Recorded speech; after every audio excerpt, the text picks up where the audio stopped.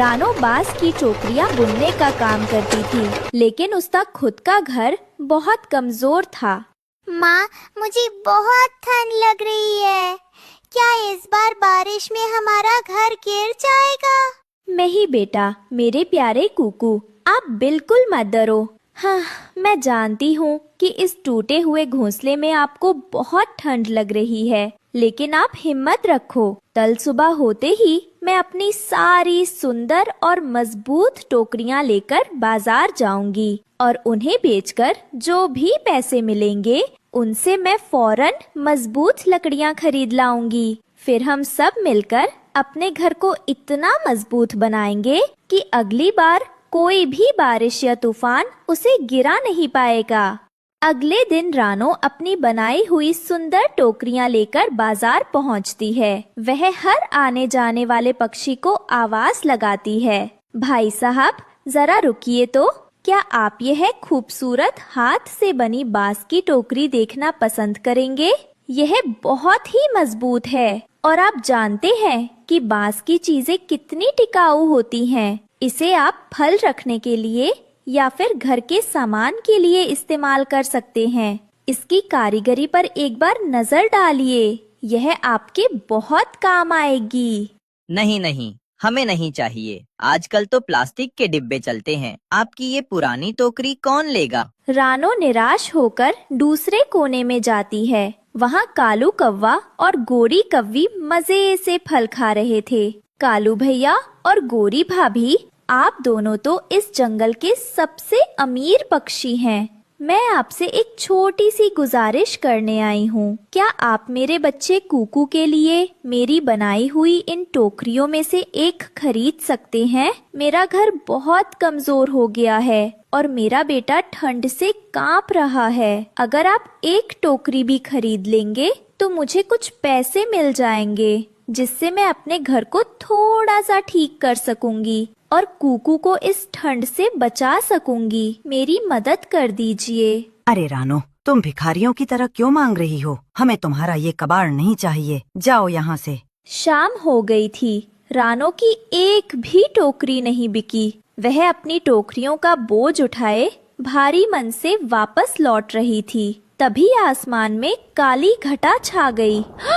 हे भगवान, यह क्या? काली घटाएं तो अभी से छाने लगी हैं और बारिश तो आज रात ही आने वाली है। मेरा तो दिल बैठा जा रहा है। मैं क्या करूं? मेरे पास तो बाजार से लकड़ियां खरीदने के लिए फूटी कौड़। मेरे प्यारे बेटे कुकू को मैं इस मूसलाधार बारिश और भयंकर ठंड से कैसे बचाऊंगी?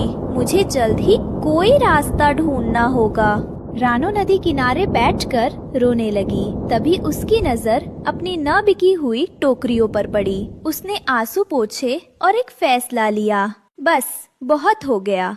अगर इस दुनिया को मेरी कला, मेरी मेहनत से बनी ये मजबूत टोकरियां बेकार लगती है और कोई इन्हें नहीं खरीदना चाहता, तो कोई बात नहीं, मैं इन्हीं का इस्तेमाल करूंगी। ये टोकरियां मजबूत बांस की बनी है। मैं इन सभी को एक दूसरे से जोड़कर एक ऐसा घर बनाऊंगी जो सबसे अनोखा और मजबूत होगा। मेरी कला ही मेरी और मेरे बेटे की रक्षा करेगी। रानो जल्दी जल्दी अपने पेड़ पर पहुंची। उसने अपनी सारी टोकरियों को एक दूसरे से जोड़ना शुरू कर दिया। उसने टोकरियों के छेदों में पत्ते और गोंद भर दिया ताकि पानी अंदर ना आए। माँ, क्या ये टोकरियाँ हमें बारिश से बचा पाएंगी? हाँ मेरे प्यारे बेटा, तुम बिल्कुल चिंता मत करो। ये दिखने में भले ही अजीब लग रहा हो, लेकिन ये बांस की टोकरी बहुत पक्की होती है और बारिश को भी रोक सकती है। हम अपनी सारी टोकरियों को इस तरह से जोड़ेंगे कि एक बूंद भी पानी अंदर नहीं आ पाएगा। आज हमारी ये कारीगरी, जिसे लोगों ने ठुकरा दिया, वही हमारी सबसे बड़ी रक्षक बनेगी। तुम बस देखते जाओ। रानो को टोकरियों से घर बनाता देख कालू कौवा और गोरी कोवी वहाँ आ गए। वो रानो का अजीब सा घर देखकर उसका मजाक उड़ाने लगा। अरे गोरी, जरा देखो तो, रानो ने तो खुद को पिंजरे में बंद कर लिया है। ये टोकरी का घर पहली बारिश में ही बह जाएगा। सही कहा आपने, गरीबों के शौक भी अजीब होते हैं। चलो हम अपने पक्के घर में चलते हैं। रात हो गई और मूसलाधार बारिश शुरू हो गई। रानो ने अपने टोकरी वाले घर का ढक्कन बंद कर दिया। अंदर बिल्कुल सूखा और गर्म था। देखो मेरे प्यारे कुकू, बाहर कितनी जोरदार बारिश हो रही है और हवा भी कितनी तेज चल रही है। पूरा जंगल पानी से भर गया होगा, लेकिन हमारे इस छोटे से टोकरी वाले घर के अंदर देखो, यहाँ तो बिल्कुल सूखा और गर्म है। हमारा घर कितना सुरक्षित है। मैंने तुम्हें कहा था ना कि हमारा हुनर ही हमें बचाएगा। तुम सुरक्षित हो और मैं बहुत खुश हूँ। माँ, आप सच में जादूगर हो। मुझे अब बिल्कुल ठंड नहीं लग रही है। कालू का घर जो देखने में सुंदर था लेकिन कमजोर था, वो पानी के तेज बहाव को सह नहीं पाया। उसकी छत टपकने लगी। कालू जी उठिए, पानी अंदर आ रहा है। हमारा घर तो तालाब बन गया है।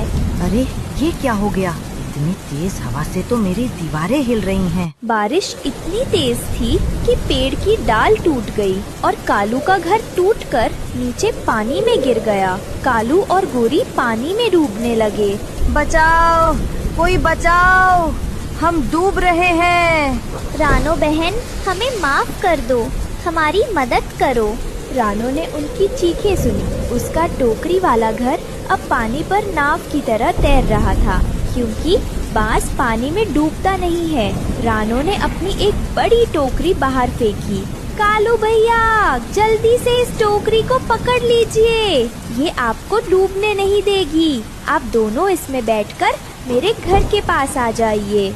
रानो ने कालू और गोरी को अपने घर के अंदर बुला लिया। वे दोनों ठंड से ठिठुर रहे थे, लेकिन अब सुरक्षित थे। बारिश रुक चुकी थी और सूरज निकल आया था। रानो बहन, हमने आपका और आपके काम का मजाक उड़ाया, लेकिन आज आपकी उसी बेकार टोकरी ने हमारी जान बचाई। कोई बात नहीं भैया, समय और हुनर कभी छोटा नहीं होता। मुसीबत में चमक धमक नहीं, मजबूती काम आती है।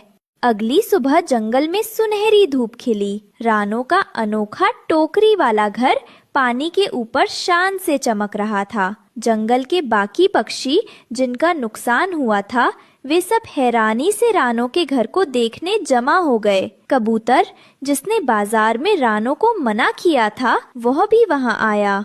रानो बहन, कल रात के इतने भयानक तूफान में भी आपका ये बांस का घर नहीं टूटा, ये तो चमत्कार है। ये चमत्कार नहीं, ये रानो की पक्की कारीगरी है कबूतर भाई। हमने इसे मामूली समझा था, लेकिन इसी ने हमें बचाया। मैं आज ही रानो से अपने नए घर के लिए ढेर सारी टोकरियां खरीदूंगा। शुक्रिया कालू भैया। जब हम अपनी मजबूरी को अपनी ताकत बना लेते हैं, तो कोई भी तूफान हमारा कुछ नहीं बिगाड़ सकता।